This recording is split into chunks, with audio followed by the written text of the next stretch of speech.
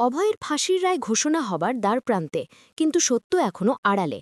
শ্রদ্ধার হাতে ধরা বন্দুক কি বরুণের অপরাধ ফাঁস করবে, নাকি রাগিনী জিত চালে সবাই ভাসছে? ভাগ্যরেখার ৩০৪ নম্বর পর্বে এক রাতের মধ্যে কি শ্রদ্ধা এই রহস্যের জট খুলতে পারবে? আদালতের তীব্র উত্তেজনা, পরিবারের কান্না আর ছবিতে লুকানো সত্য, কি ঘটবে পরবর্তীতে? প্রতিটি সেকেন্ডে টান টান উত্তেজনা, প্রতিটি মুহূর্তে নতুন রহস্য। হ্যালো বন্ধুরা, সবাই কেমন আছো? আশা করি তোমরা সকলে দারুণ ভালো আছো। এবার নিয়ে এলাম ভাগ্যরেখা ধারাবাহিক নাটকের ৩০৪ নম্বর পর্বের একটি চমৎকার ব্যাখ্যা। তাহলে বন্ধুরা, আর দেরি না করে চলো মূল গল্পে ঝাঁপিয়ে পড়ি। তার আগে যারা এখনও আমাদের এই চ্যানেলে সাবস্ক্রাইব করনি, তারা এখনই সাবস্ক্রাইব করে পাশের ঘন্টা আইকনটি চালু করে রাখো। তো বন্ধুরা, এই পর্বের শুরুতে আমরা দেখি রাগিনীজি জেলখানায় গিয়ে অভয়ের দিকে কেসের ফাইল ছুড়ে দিয়ে বলে, অভয়, এবার তোমাকে কে বাঁচাবে? এই ফাইল অনুযায়ী তোমার যাবজ্জীবন কারাদণ্ড নিশ্চিত। তুমি এবার শেষ, কেউ তোমাকে বাঁচাতে পারবে না। তখন অভয় ফাইলটি খুলে দেখে এবং খুব অবাক হয়ে যায়, সাথে একটু ভয়ও পায়। তখন অভয় নিজেকেই বলে, আপনাকে আইনের ক্ষমতা দেওয়া হয়েছে বলে আপনি এর অপব্যবহার করছেন। আমি আইনের উপর ভরসা রাখি, মিথ্যা অভিযোগে আমি কখনোই শাস্তি পাব না। শ্রদ্ধা যেভাবেই হোক আমাকে বের করে আনবেই। তখন রাগিনীজি বলে, আমিও দেখব এই এক রাতের মধ্যে শ্রদ্ধা কি করতে পারে যাতে তোমাকে মুক্তি দেওয়া হয়। এরপর রাগিনীজি সেখান থেকে চলে যায় আর অভয় সৃষ্টিকর্তার কাছে প্রার্থনা শুরু করে যেন শ্রদ্ধা দ্রুত কিছু একটা করতে পারে। আবার অন্যদিকে আমরা দেখি বরুণ সেই ঘরে সে ব্যাগটি খুঁজছে যেখানে সে বন্দুকটি রেখেছিল, কিন্তু কোনোভাবেই সে বন্দুকটি খুঁজে পায় না। সে পুরো আলমারি তছনছ করে খুঁজতে থাকে, কিন্তু বন্দুকের কোনো হদিশ পায় না। এরপর শ্রদ্ধা সেখানে আসে। শ্রদ্ধা এসে বরুণকে বলে, বরুণজি, তুমি কি এটাই খুঁজছ? বরুণ তখন শ্রদ্ধার হাতে বন্দুকটি দেখে হতবাক হয়ে যায় এবং বলে, শ্রদ্ধা, এই বন্দুক তোমার হাতে কিভাবে এলো? তখন শ্রদ্ধা বলে, এটা তো তোমারই বন্দুক, আর এই বন্দুক দিয়েই তুমি রাজকে হত্যা করেছ, তাই না? আমি কখনো স্বপ্নেও ভাবিনি তোমাকে এই প্রশ্ন করতে হবে। তখন বরুণ বলে, তুমি এসব কি বলছো শ্রদ্ধা? তুমি আমাকে ভুল বুঝছো, আমি এমন কিছু করিনি। তখন শ্রদ্ধা বলে, তুমি সত্যি বলো বরুণজি, এই বন্দুক দিয়ে তুমি রাজকে হত্যা করেছো কিনা? তখন বরুণ খুব ভীত হয়ে যায়, সে কি বলবে বুঝতে পারে না। এরপর বরুণ বলে, হ্যাঁ, এই বন্দুকটি আমার। সেদিন বাজারে যখন আমি রাজ এবং কীর্তিকে একসাথে জড়িয়ে ধরতে দেখলাম, তখন আমার ভেতরটা ভেঙে পড়ল। আমি যখন এর প্রতিবাদ করতে গেলাম, রাজ আমাকে মারতে শুরু করল আর কীর্তি দাঁড়িয়ে দাঁড়িয়ে দেখছিল। সেদিন আমার ভেতরে কিছু একটা ভেঙে গেল। আমি আমার ভালোবাসার উপর বিশ্বাস হারিয়ে ফেললাম। আমি বুঝতে পারছিলাম না কি করব। কীর্তি কিভাবে আমাকে ছেড়ে রাজের সাথে চলে যেতে পারল। তখন থেকে রাজের উপর আমার ক্ষোভ জন্মায়, আর এই বন্দুকটি আমি রাজকে মারার জন্যই নিয়েছিলাম। কিন্তু শ্রদ্ধা, বিশ্বাস করো, আমি রাজকে হত্যা করিনি। এরপর বরুণ কেয়ারার একটি ছবি এনে সেই ছবিতে হাত রেখে বলে, আমি আমার মেয়ের কসম করে বলছি শ্রদ্ধা, আমি রাজকে হত্যা করিনি। তখন শ্রদ্ধা বিশ্বাস করে যে বরুণ রাজকে হত্যা করেনি। তখন শ্রদ্ধা ভেঙে পড়ে। সে বরুণের সামনে কেঁদে কেঁদে বলে, বরুণজি, আমি বুঝতে পারছি না কি করব। এই এক রাতের মধ্যে আমি কিভাবে অভয়ের পক্ষে প্রমাণ জোগাড় করব? আমি কিভাবে অভয়কে ছাড়িয়ে আনব? পরের দিন আমরা দেখি আদালতে শ্রদ্ধার পক্ষের উকিল জজ সাহেবকে বলে, জজ সাহেব, আপনার সামনে প্রমাণ দেওয়া হয়েছিল যে রাজের বন্দুক থেকে দুটি গুলি বেরিয়েছিল। একটি গুলি দেয়ালে লেগেছিল, আরেকটি রাজের পেটে। কিন্তু এটা সত্য নয়।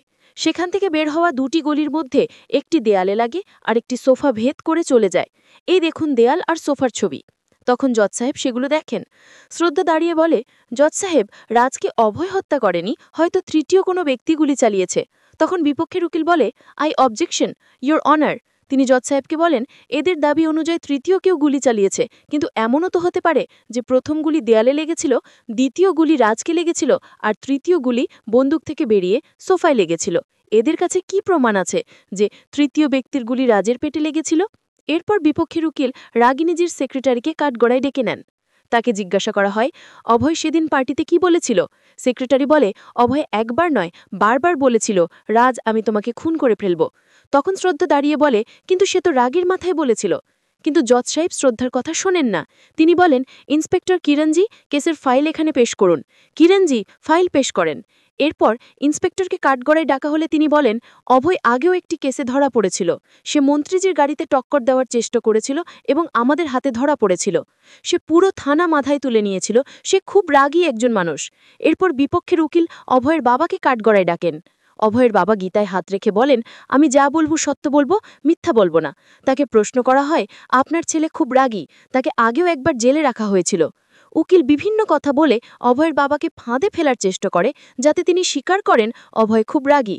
অভয়ের বাবাকে নানা বিষয়ে প্রশ্ন করা হয় এবং তার উত্তরগুলো আংশিকভাবে নেওয়া হয়, অর্থাৎ অভয়ের ভুলের পিছনের কারণ জানতে চাওয়া হয় না।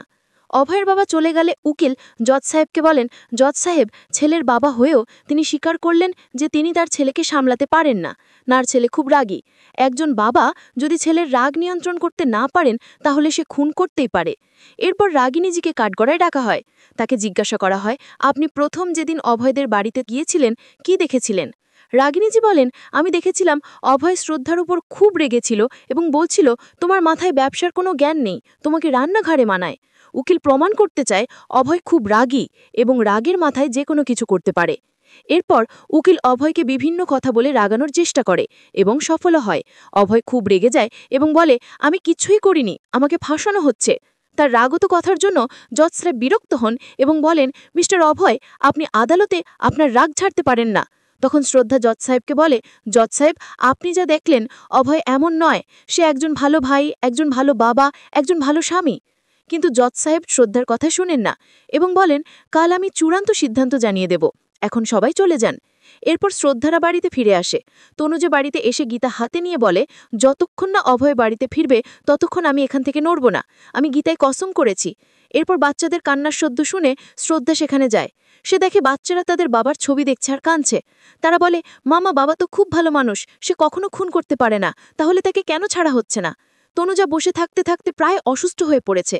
এদিকে শ্রদ্ধা বাচ্চাদের ঘুম পাড়িয়ে ফোন হাতে নিয়ে ছবিগুলো দেখতে থাকে। হঠাৎ সে কিছু অদ্ভুত ছবি দেখে, যা দেখে সে খুব অবাক হয়ে যায়। হয়তো সে আসল খুনিকে চিনে ফেলেছে। তো বন্ধুরা, এই ছিল ভাগ্যরেখা ধারাবাহিক নাটকের ৩০৪ নম্বর পর্বের একটি চমৎকার ব্যাখ্যা। আর বন্ধুরা, ৩০৫ নম্বর পর্বে অভয়কে ফাঁসিতে ঝোলানো হবে, কিন্তু শ্রদ্ধাও আসল অপরাধীকে খুঁজে বের করবে। তাহলে বন্ধুরা, সেটা দেখতে হলে তোমাদের অবশ্যই আমাদের এই চ্যানেল সাবস্ক্রাইব করে পাশের ঘন্টা আইকনটি চালু করে রাখতে হবে। ধন্যবাদ সবাইকে।